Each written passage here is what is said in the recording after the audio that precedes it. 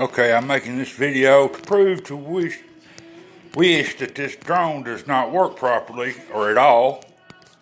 I'm going to upload it on YouTube and send them to Wish how they can view this video on YouTube.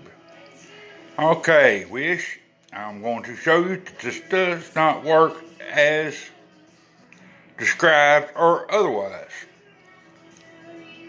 Okay. You'll watch the front right motor on the drone will not turn on like the rest of them. Damn.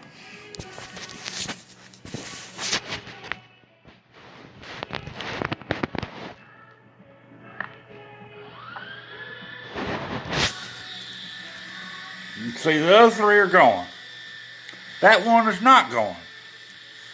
So this is a defective product which I've been going around with Wish for probably 2 months now.